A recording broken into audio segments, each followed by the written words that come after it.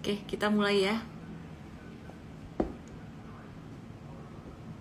Chart IHSG kok aneh sih? Oh, ternyata chart 1 jaman.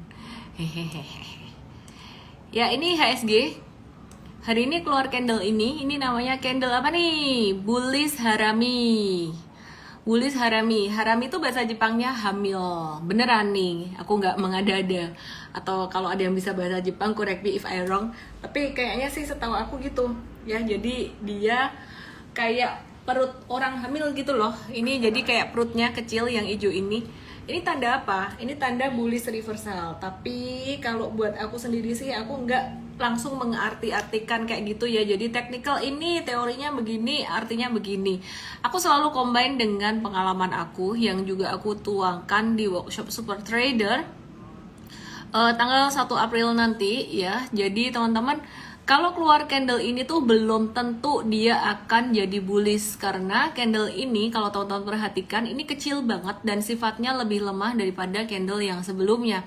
Jadi candle kecil ini dia lebih lemah daripada candle panjang yang sebelumnya di sini, dan dia berpotensi untuk mengalami koreksi itu sampai ke level 6761 atau 6762. Jadi ini tanda sideways sebenarnya. Nah, IHSG range sideways-nya yang baru antara 6760 sampai dengan 6945. Ya, antara range ini 6760 sampai 6945. Tadi di morning briefing M-Trade saya ada summary untuk saham uptrend, kemudian saham awal uptrend dan saham aktif apa aja. Akan lebih jelas akan lebih lengkap dan jelas dijelasin besok di morning briefing besok ya. Dan teman-teman, hari ini market value itu 9,9 triliun rupiah, masih agak sepi marketnya ya. Masih agak sepi marketnya. Terus ini ditanya potensi nih besok confirmnya ke atas atau ke bawah.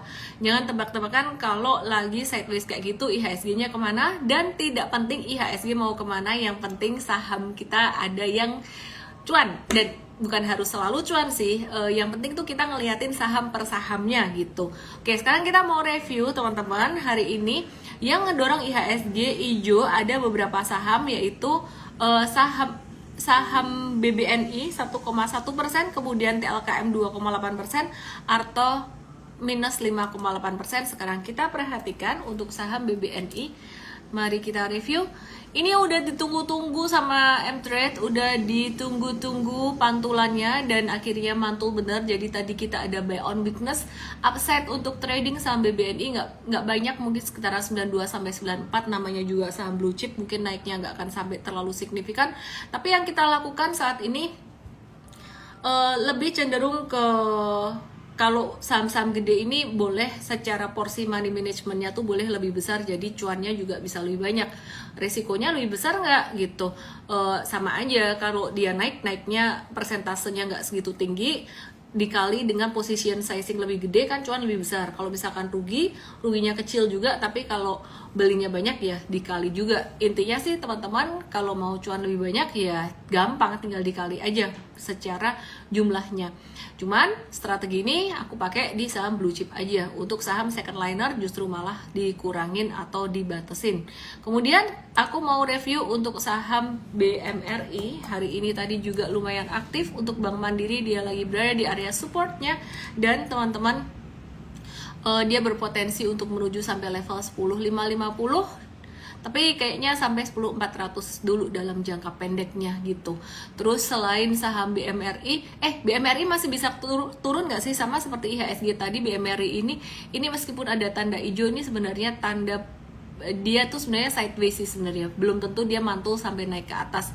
Bisa turun sampai 9.700-an, 9675 sampai 97-an gitu. Range-nya sampai 10.550 gitu ya. Jadi BMRI masih fine-fine aja. Kalau mau trading, mau nunggu diskon lagi juga oke. Nah, terus kemudian aku mau review untuk saham second linernya dari sektor perbankan. Yeay, M-Trade ada beli lagi nih saham Breeze. Oke ya, jadi jangka menengahnya tuh udah beli dari 1350 sampai 1415. Kita coba cek untuk jangka menengahnya. Twing, mari kita cek BRIS atau Breeze. mulai trading lagi. Jadi teman-teman, ini berisnya kita udah ngehold cuan 14-20%, makanya teman-teman join Mtrade biar ada yang nemenin kamu trading, ada yang ditanya-tanyain tiap hari, nggak tanya-tanya di grup diskusi, jawabannya pada beda-beda semua. Kita semua di sini systemized. Jadi ngomongan saya dan coach itu sistem tradingnya sama semua ya. Nah, jadi teman-teman yang nanya apapun juga akan dijawab dengan baik oleh tim coach kita. Kemudian kita akan cek untuk saham BDMN. Oke ya, jadi tadi ada breeze. Oke, breeze-nya resisten di mana? Breeze-nya resisten sekitaran level 17.20 dan 17.55. Breeze masih dalam fase uptrend-nya, jadi masih bisa di tiktok di swing tradingin gitu. Terus volatile banget sih, tadi tuh sebenarnya sempat turun sampai ke level 1480-an dan terus dia mantul ya, jadi ini membentuk candle hijau ya, ini sangat menarik sekali. Oke,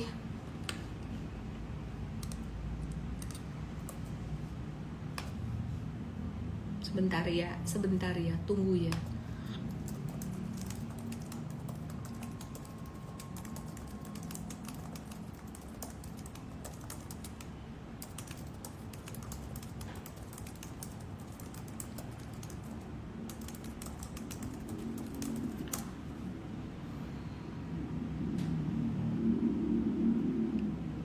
Tadi day briefing Coach Hanin kok beda infonya, kan siang hari mungkin candlenya merah, beda. Makanya trading tuh cepat banget berubahnya, candlenya merah siang hari mungkin. Kalau sore hari dia mantul jadi hijau ya jadi dibeli gitu ya. Dicek di morning briefing besok pasti sama. Breeze banyak utang bla bla bla. Gak usah dipikirin kalau kita trading ngomong teknikal, yang penting dia uptrend gitu aja. Kadang ada perusahaan yang fundamentalnya kurang terus malah dia naik, ada yang fundamentalnya bagus kayak ASII tapi dia masih stagnan aja gitu. Oke, kita akan review BDMN.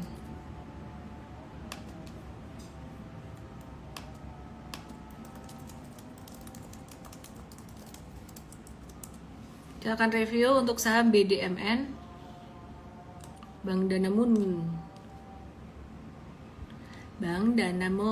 Mari kita lihat Bang Danamon. Hari ini tadi mantul juga, cuman ini bukan strong candidate kita for swing trading. Buat jangka menengah kita lihat aja ya. Tadi ada muncul hijau gini, kemungkinan bisa naik sampai 3040-an.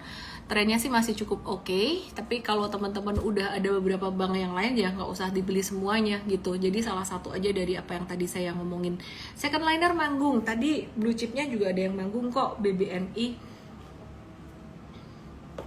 Ini enak banget baunya, random ya, bau bayi. Oke, BNGA aku bahas di morning briefing besok ya.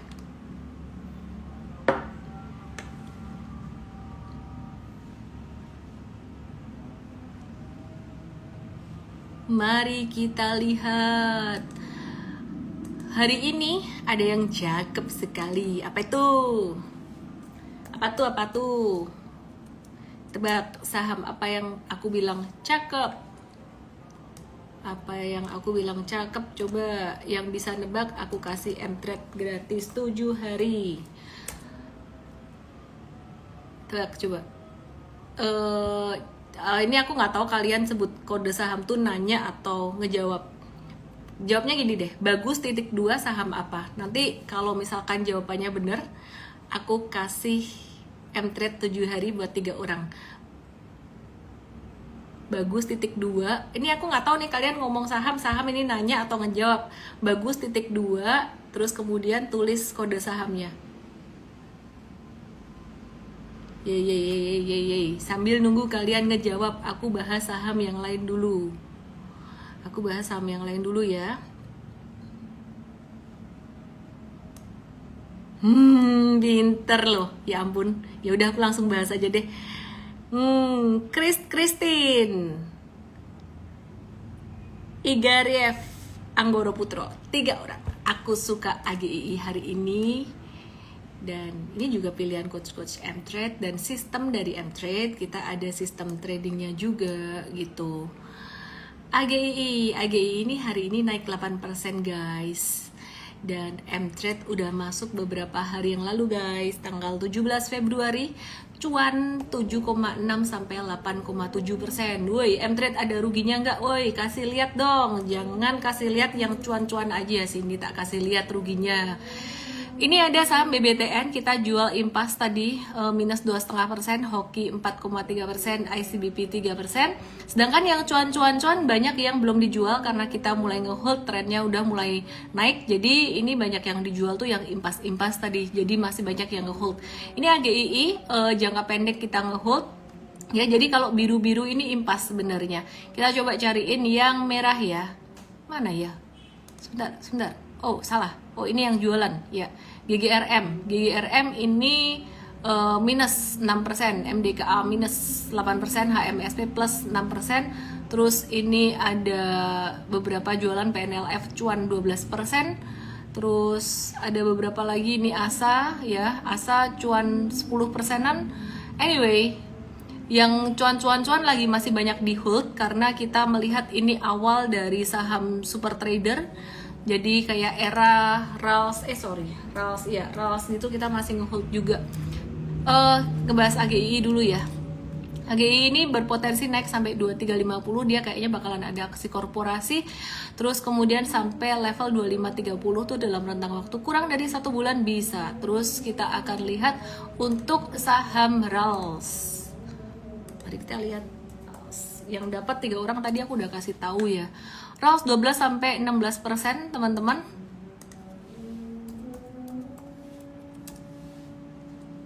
Ya, hari ini benar-benar pas lagi di area support banget dan ini pertahanan terakhir. Apakah kita akan jual atau enggak buat jangka menengahnya? Jangka menengahnya kita masih ngehold dari 29 Desember cuan 12 sampai 16% dan banyak banget saham-saham kayak ini yang kita masih hold buat jangka menengah. Coba kita lihat era ini juga masih ngehold jangka menengahnya cuan 32 sampai 36%.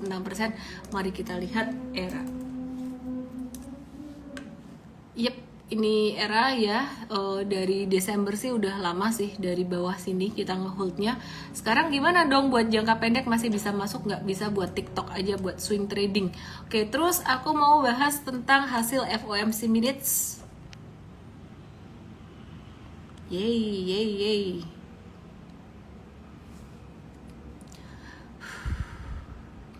Hasil FOMC minutes semalam menyatakan bahwa hampir semua pejabat The Fed itu setuju untuk menaikkan suku bunga. Ya, jadi suku bunga bakal dinaikin lagi. Beberapa setuju dengan kenaikan 25 basis poin, sedangkan sebagian dengan 50 basis poin. Nah, terus diproyeksi kenaikan suku bunga ini masih akan terjadi 2-3 kali lagi di tahun ini, dan ini sesuai dengan ekspektasi, sesuai dengan antisipasi awal gitu. Jadi karena inflasinya juga masih di level tinggi, sedangkan kondisi pasar tenaga kerja itu masih bagus, dan itu justru akan mendongkrak inflasi lagi kalau tenaga kerjanya bagus karena pada jor-joran kasih gaji mahal.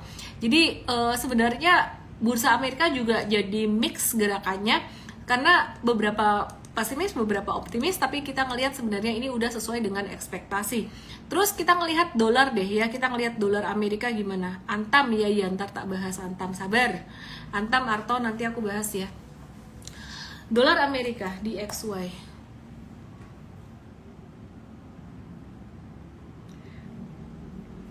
Kalau gatel malam hari itu kenapa sih ya? Alergi apa ya? Alergi apa ya kalau gatel malam hari ya? Mari kita lihat DXY, US Dollar Currency Index. US Dollar Currency Index, teman-teman perhatikan, ini indeks dolar Amerikanya naik dari bulan Februari kemarin. Sebenarnya naiknya ini cukup wajar kalau diperhatiin, dia tuh udah turun lumayan signifikan quite a while ago. Coba ya, ini kursor aku rada-rada lola, kebanyakan cuan. Oh, alergi dingin. Oh, alergi dingin. Semoga saya tidak alergi cuan ya. Oke. Ya, ini dari September kemarin udah turun lumayan signifikan. Kalau aku perhatikan ini naiknya di XY nggak akan sampai tinggi banget, dikit lagi naiknya. Di XY sampai 105 terus dia turun. Nah, untuk 10 years US Treasury bond yield ini dia bergerak seiring dengan DXY juga gitu. Jadi DXY naik, ini yield obligasi 10 tahunan Amerika naik. Teman-teman, yield obligasi 10 tahunan Amerika US 10 years US Treasury bond yield itu gerakannya kebalikan sama saham. Jadi kalau kalau bond yieldnya naik, sahamnya turun. Kalau bond yieldnya turun, sahamnya naik. Kenapa? Logikanya simple aja. Kalau bond yieldnya tinggi, maka investor-investor tuh cenderung akan menaruh uangnya tuh di investasi yang low risk, yaitu di investasi bond itu sendiri gitu. Oke, kita lihat ya, US government bond 10 years. US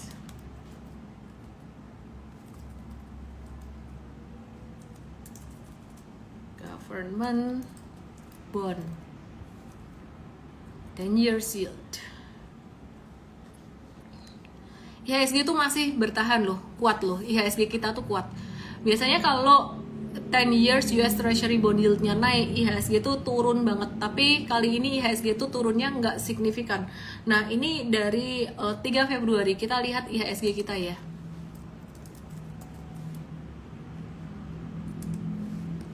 Ini dari 14 Februari baru dia turun, 15 baru dia turun. Jadi kalau bond yieldnya tuh naik sekitaran di sini nih. Ini IHSG masih bertahan sideways. Baru dia turun tuh 15 Februari. Jadi Indonesia tuh sebenarnya termasuk kuat. Terus kita lihat sekarang US dollar dibandingin rupiah gimana ya? Ya. Ini US dollar dibandingin rupiah, kalau teman-teman bandingin sama DXY gimana? DXY-nya naik terus. Perhatikan ada korelasinya sama IHSG. DXY itu indeks dolar Amerika terhadap beberapa mata uang kuat negara lainnya. DXY-nya tuh naik, ini aku buka DXY lagi ya. Nih, perhatikan, ini DXY-nya naik terus dari tanggal 14 Februari yang no wonder. Nggak heran, IHSG turun, DXY-nya naik karena DXY-nya naik. Terus kita perhatikan mata uang rupiah kita. Kita perhatikan mata uang rupiah kita dari 14 Februari. Meskipun IHSG turun karena DXY naik, tapi sebenarnya US dollar terhadap rupiah itu bertahan. Jadi dia USD-nya tuh dari tanggal 14 kemarin tuh nggak menguat, rupiahnya bertahan. Hebat kan ya rupiahnya ya. Oke, jadi ini sangat erat sekali kaitannya. Terus kalau diperhatiin ini USD dibandingkan rupiah bakalan naik lagi nggak? Kemungkinan dikit, sekitaran 15.300-an. Jadi kaitannya dengan IHSG-nya juga sebaliknya nih, bisa turun dikit. Turun sampai level berapa? Bisa kemungkinan turun sampai 67, 66, 67, 63, dan nggak usah dipikirin, nggak usah takut, karena ya saham-saham second liner yang kita sempat tradingin dan kita masih ngehold tuh masih oke gitu. Untuk retail kayak Rals udah agak-agak rawan profit taking, tapi kita wait and see dulu aja. Januari gimana penerimaan pajak pemerintah? Penerimaan pajak pemerintah di Januari 2023 itu naik banyak banget, 48,6%, keren banget dibandingkan dengan periode yang sama tahun 2022 kemarin. Ya, jadi selain itu penerimaan pajak ini setara dengan 9,44% dari target APBN. Kesimpulannya ini sangat bagus sekali untuk perekonomian. Very good, bagus banget teman-teman. Jangan diharap langsung tercermin pada IHSG atau harga saham ya, karena sebenarnya perekonomian dan juga IHSG itu tidak selalu inline atau tidak selalu relate. Pasar saham cenderung bergerak lebih dulu dibandingkan ekonomi ya. Jadi cenderung bergerak lebih dulu karena sifatnya forward looking atau sifatnya mengantisipasi apa yang akan terjadi.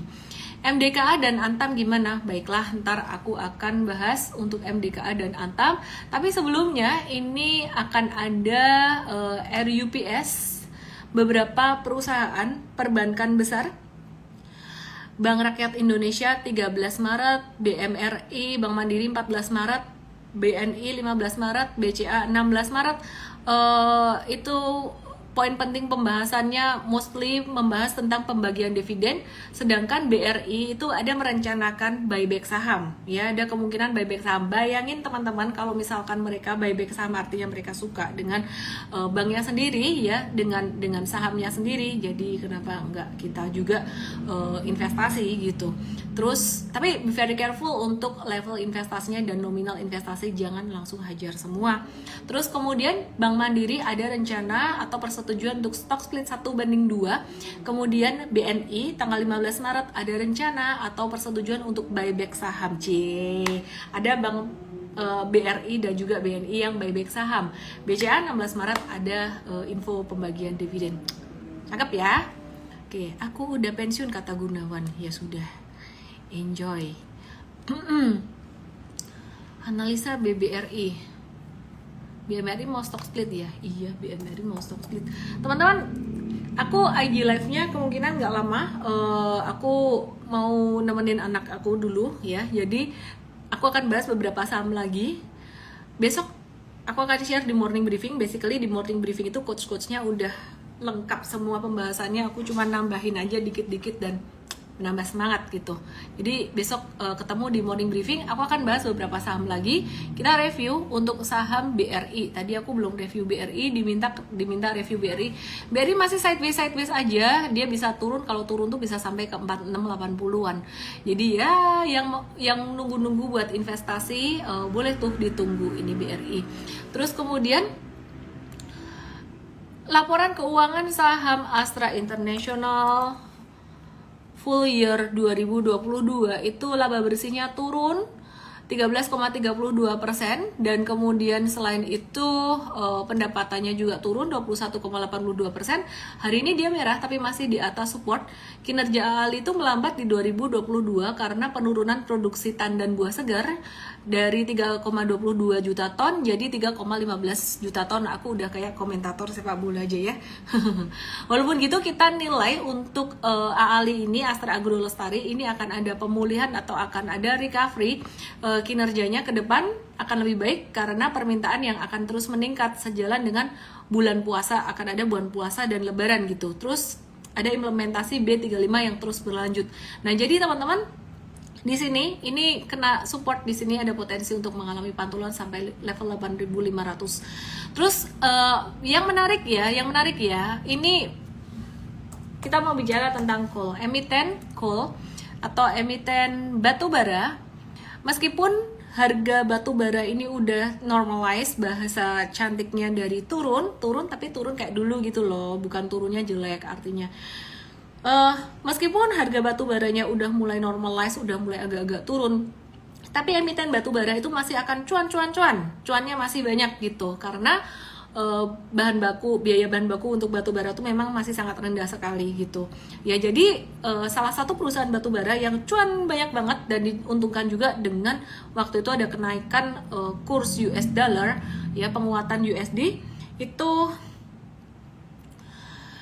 saham ITMG ya, ITMG Indo Tambang Raya Megah. Perusahaan ini dia cuan naik 152% ya, cuannya naik 152% jadi 1,19 miliar US dollar. Wah, kaya ya. Jadi kesimpulannya ITMG ini masih akan bisa bagi dividen lagi gitu. Ini di full year 2022 udah mulai keluar laporan keuangannya. Kita lihat teknikalnya gimana. Teknikalnya masih di bawah-bawah aja tapi turunnya udah lumayan banyak. Jadi kita mulai watch untuk swing trading dekat-dekat area 34 mungkin ya, tapi nggak harus pas di area itu. Lebih baik kita kasih tahu secara real time melalui M-Trade. Oke, terus konstruksi kok lemah lunglai, ya biarin dulu deh.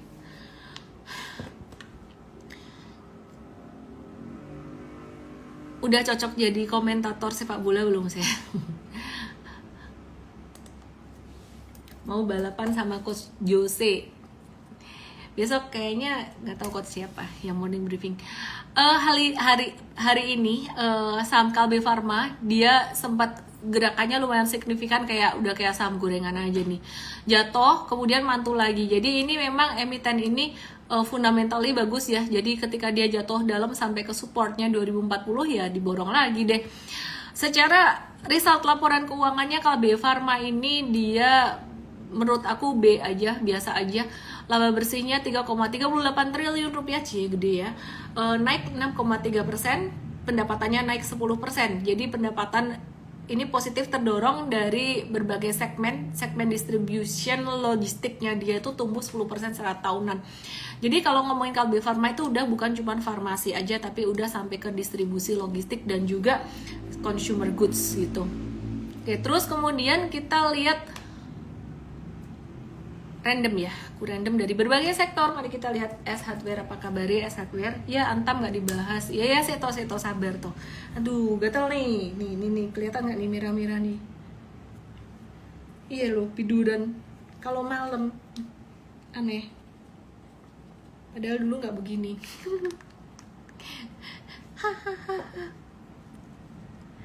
What happened to Access today? Biasa saja kali Notski. Saham ada naik, ada turun, dan turunnya dia volumenya kecil biasa saja ya. Jadi di area supportnya biarin dong turun dikit.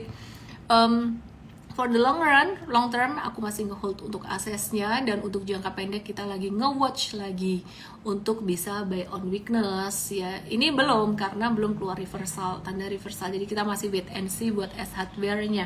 Nah, untuk akses sendiri dia di Januari 2023 ini dia mencatatkan pertumbuhan same store sales growth itu 2%. Jadi ada pertumbuhan meskipun kecil. Itu terjadi di wilayah Jakarta 2,7%, di luar Jawa 7%, dan ya itu tadi jadi akses ada sedikit growth teman-teman ya. Oke, terus kemudian kita mau review untuk AGII. AGII ini menarik ya. Meskipun dia laba bersihnya turun 57,6% year on year, ya wajar lah, ketika pandemi kemarin tuh dia benar-benar haucuan banget, tapi nolongin orang banyak juga gitu. AGI ini ada satu sentimen positif, dia bakalan diakuisisi oleh CVC Capital Partners ya. Jadi nilai akuisisinya ini dari saham minoritas ya, diperkirakan berkisar sekitaran 150 sampai 200 juta US dollar. Wow, atau sekitar 2,27 triliun sampai 3,02 triliun. Nah, CVC ini dia punya jaringan 25 kantor lokal dan aset senilai 147 miliar gitu. 147 miliar US dollar yang dia kelola gitu. Terus aku mau cek untuk saham AGII. AGII Samator Indonesia Gas Tbk. Tadi udah dibahas secara teknikalnya di depan, aku mau lengkapin dengan fundamentalnya. Barangkali ada yang lupa, dengan teknikalnya aku mau review lagi. Investasinya untuk AGI ini di Indonesia meliputi jaringan rumah sakit swasta kayak Siloam International Hospitals, terus kemudian di Mitra Adi Perkasa juga. Terus CVC ini juga merupakan bagian dari pemegang saham yang ngejual Softex Indonesia ke Kimberly Clark Corporation di tahun 2020. Anyway, untuk AGII ini dia bisa naik sampai level 2350 dalam jangka pendek, sedangkan untuk rentang waktu 1-2 bulan ini bisa sampai ke level 2530. Disclaimer on guys, hari ini breakout dengan volume transaksi cakep, dan ya AGII si Mtrade udah beli beberapa hari yang lalu di 17 Februari cuan sekitar 7-8%. Anyway, teman-teman, Mtrade sekarang lagi banyak ngehold. Jadi yang dijual itu mungkin ada beberapa yang BEP atau loss dikit, tapi yang jangka menengah tuh kita justru malah hold. BTW teman-teman, hari Sabtu nanti ada seminar cuantastik, teman-teman langsung aja ke mtrade.id/cuantastik, pakai kode promo cuan25, lihat kolom question, di situ ada informasinya. mtrade.id/cuantastik dengan kode promo CUAN25 supaya bisa ikut gratis, dan kita akan belajar tentang dasar saham super trader. Terus teman-teman yang mau belajar untuk super trader sendiri, workshop sendiri, setahun diadakan sekali ya. Tahun kemarin sih sekali, tahun ini nggak tahu, kayaknya bakalan sekali juga deh. Waktu berlalu begitu cepat, jadi kalau teman-teman nggak nonton live-nya ya nanti bisa belajar tuh daftar di recordingnya, cuman kan ya nggak live gitu ya, asik kalau kita live. Anyway, langsung aja daftar mumpung masih early bird banget investasinya, karena tiap minggu investasinya naik gitu. Langsung ke mtrade.id/super trader, dan saya diomelin karena nggak bahas saham Antam. Baiklah, Antam jadi saham terakhir yang aku bahas malam hari ini, karena kayaknya pada banyak yang galau ya. Aneka tambang. Cek. MDK Ami sudah janji, enggak, aku janjinya Antam kok. Aku lapar mau makan lagi. Mungkin saya gatel karena kebanyakan makan. Ini, aduh, kursornya nggak bisa turun. Turunin dikit, turunin dikit. Ih, ini loh garis merah harusnya turun dikit sih. Bentar ya. Ya. Turun dikit, turun dikit. Mari kita naikin. Kalian kalau nanya aku fundamental atau technical, aku lebih pilih technical. Kenapa? Karena technical itu lebih jujur. Antam ini pas banget di level supportnya, level support yang sangat krusial sekali, dan ini triple support, menarik banget. Ada garis trend, terus ada MA 200, ada MA 100. Ada potensi mengalami pantulan, tapi nggak usah ditebak-tebak, better nunggu wait and see dulu aja. Ini secara teknikal dia udah murah banget untuk trading, kita lagi watch juga. Aku antisipasi sampai level 1950 sampai 1960-an. Tapi kalau seandainya di level-level harga sekarang ada pantulan, kita ada kemungkinan buy on weakness, tapi kita lebih senang kalau dia turun sampai 1950. Hahaha. Jadi kalau apa ya? Kalau kamu pengen beli ini, ya wait and see dulu teman-teman ya. Terus lagi stres kali bisa menyebabkan alergi. Enggak kok, aku lagi happy. Ini ada yang nanya kalau udah masuk MFAST tapi mau masuk M-Trade, apakah baiknya nunggu dulu? M-Trade dan MFAST itu beda. M-Trade itu level lebih advance-nya daripada MFAST. MFAST tuh edukasinya full fundamental semuanya.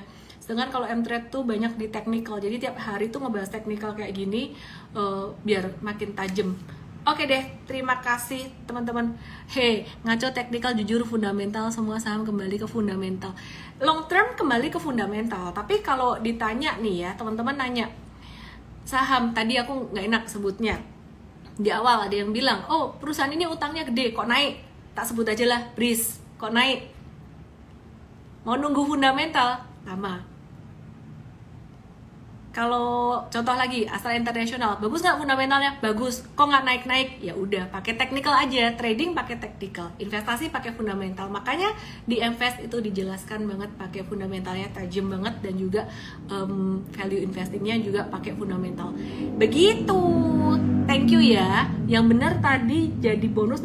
Bonus tau udah tak bahas loh. Namanya udah tak sebut beberapa tadi. Dapat M-Trade 7 hari, DM saya MT7, nama email WhatsApp yang tadi saya sebut namanya. Selamat malam semuanya, bye-bye. Dadah, good night.